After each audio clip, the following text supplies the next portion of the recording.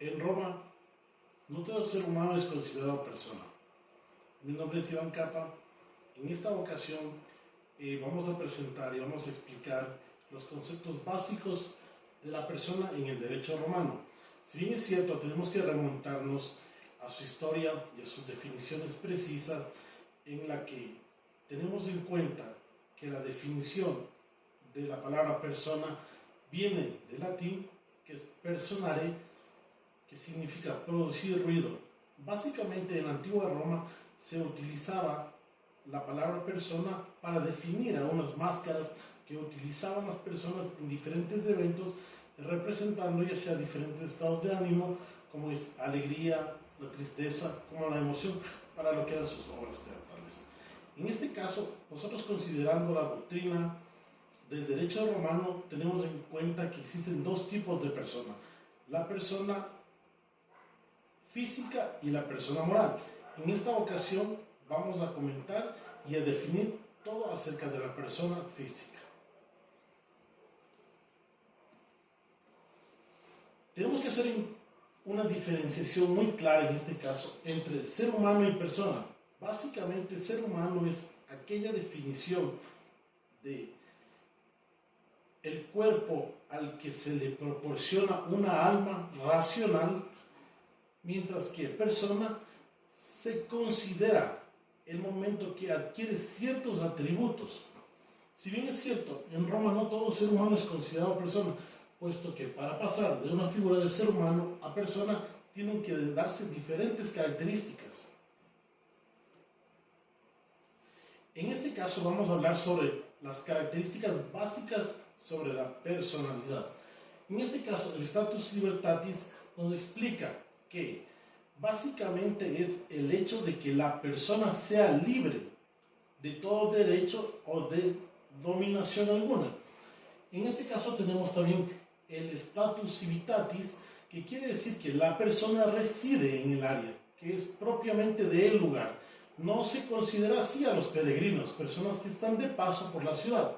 En otro caso tenemos los Status Familiar, que quiere decir que son las personas que son los famosos sui juris, que son los dominantes del hogar, el pater family, las personas que dominan en casa, en este caso siendo cabeza de familia.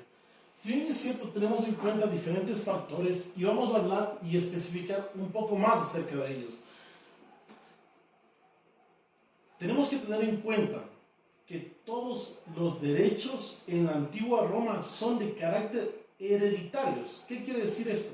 Que una persona queda privada de su libertad si tuvo un hijo, ya no se consideraría un status libertatis. Quiere decir que esa persona nace bajo las características de prisionero. De la misma forma, una persona que es peregrino y se encuentra de paso por el lugar, si conforma, si intenta pedir un lugar de residencia, en este caso, al ser un peregrino, no se consideraría un status civitatis. En el otro caso, en un estado de familia, por ejemplo, el caso de un hijo, que sería un filius family, no se consideraría dentro del tercer estatus. ¿Por qué? Porque si bien es cierto, ellos tienen una dominación que sería en el alien juris. Ahora profundizaremos un poquito más. Básicamente, tenemos que tener en cuenta un factor muy importante, que es el capitis diminutio. ¿Qué quiere decir esto? Básicamente es una figura jurídica, una institución jurídica que regula estos tres aspectos. Nos puede proporcionar la libertad, nos puede proporcionar la ciudadanía y nos puede proporcionar el status sui juris. Básicamente, en el estado de libertad o status libertatis hay una figura que es muy importante, que es la manumisión.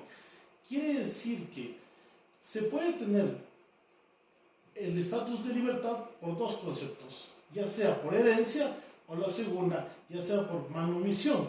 ¿Qué quiere decir esto? La manumisión se considera cuando, por cualquier circunstancia, un prisionero ha logrado ganar su libertad.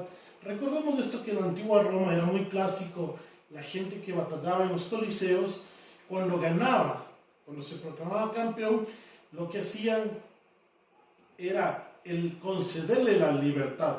Eso es bajo el concepto de manumisión. Quiere decir que ya la institución jurídica le instaura este derecho.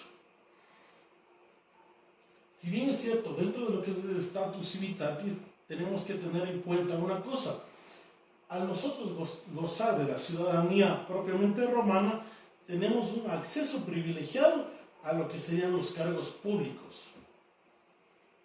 De la misma forma, en el estatus de familia, en el sui juris quiere decir que no tiene dominación alguna.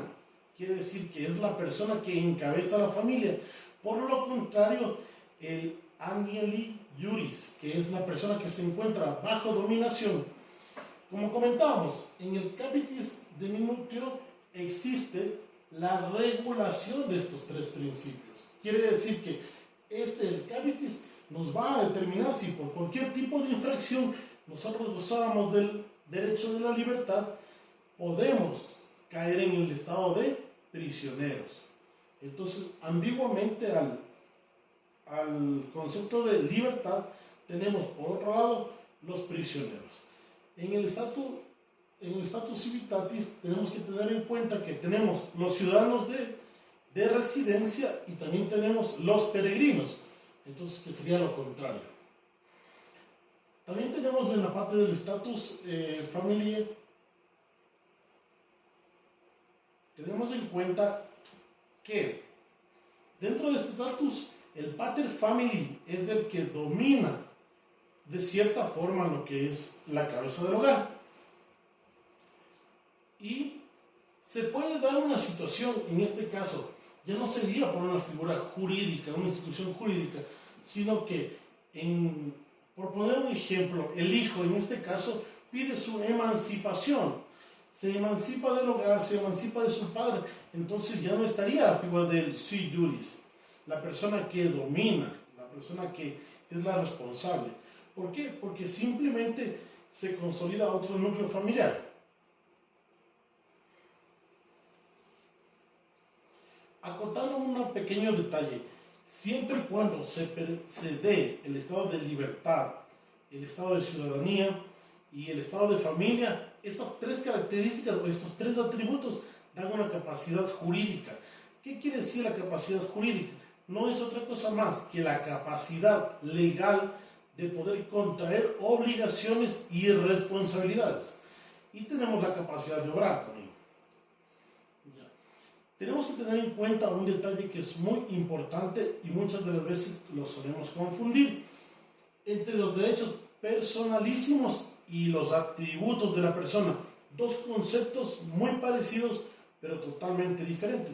Si bien es cierto, dentro de los derechos personalísimos son derechos subjetivos esenciales. ¿Qué quiere decir? Que son derechos de la personalidad, por cuanto pertenece a la persona tal cual. ¿Qué quiere decir?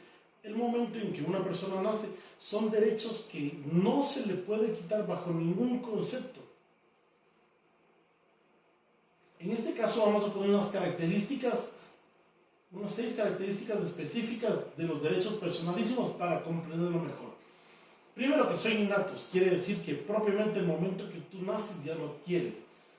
Tenemos que son absolutos, quiere decir que nadie se puede oponer a que tú recibas ese derecho. Vitalicios, hasta el fin de la existencia, nacen contigo y mueren contigo esos derechos. Necesarios, no puede faltar, porque en ciertas circunstancias podrán ser disminuidos o suprimidos temporalmente como una incapacidad temporal o por una disposición legal. Tenemos también que son esenciales, existen cuando existe la persona, son intrínsecos. Y tenemos expatrimoniales, no son disponibles de ningún tipo de transmisión. ¿Qué quiere decir? No podemos hacer negocio con ningún tipo de estos derechos. Por otra parte tenemos los atributos de la personalidad. están estrechamente vinculados al concepto precedente, ya que al hablar de atributos hacemos referencia a aquellas calidades que son inherentes al sujeto de derecho, que le son inseparables. ¿Qué quiere decir esto? El momento en que tú naces, adquieres el derecho a tener un nombre, y por más regulación que exista, nadie te puede quitar ese nombre. El hecho de tener derecho a un domicilio, a un lugar de residencia. Antiguamente se podía dar el tema de los destierros y recaeríamos en un estado de ciudadanía. ¿Qué es lo que pasa? Es lo que hablábamos antes. La figura jurídica, la institución jurídica puede determinar sobre esa ciudadanía, pero en atributos de personalidad no. Quiere decir que en atributos de personalidad estás ligado a un lugar de domicilio independientemente del que sea. Tenemos la capacidad. En cuanto a la capacidad, es el hecho de poderte manejar de forma racional y lógica. Muchas gracias.